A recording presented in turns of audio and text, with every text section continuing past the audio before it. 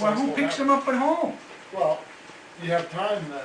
No. But you don't. See, that's this whole thing is efficiency. If you're thinking like a racer, if I'm not racing when I'm training, but I'm thinking like a racer when I'm training. I'm challenging my mind to be efficient. I don't race. A lot of people race every time they go out training dogs, which is a totally different story. But challenge your mind to be like, what is it? This is Iditarod-like. This is race-like situation, and then you deal with it. You know, on a yesterday or day before yesterday, we came back, and I allowed myself the luxury. We had done a long run, Harry and I. We'd done 40 or 50 miles, and we'd come back, and I said, "Okay, let's just put the dogs back at their house before we walk them."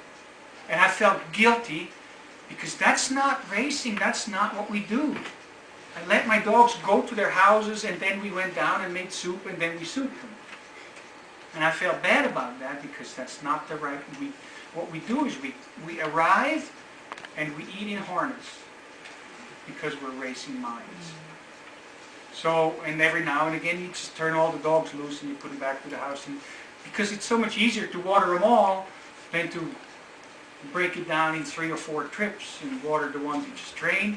And then 20 minutes later, you got to come in, and now you got to remember who you didn't water, or you water them all again, or you know.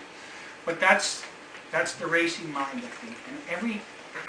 And I do that with every chore, and I feel just as guilty with other things if I don't be a racer, if I don't act like a racer's mind. I feel like I haven't done my dogs justice.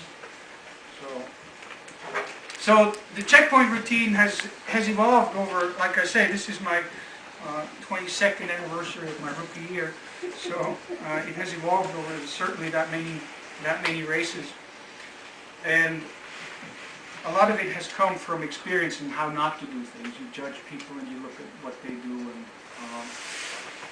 question whether that works or not. So you check in, you sign in, and since you guys can take this home, you certainly want to read through that.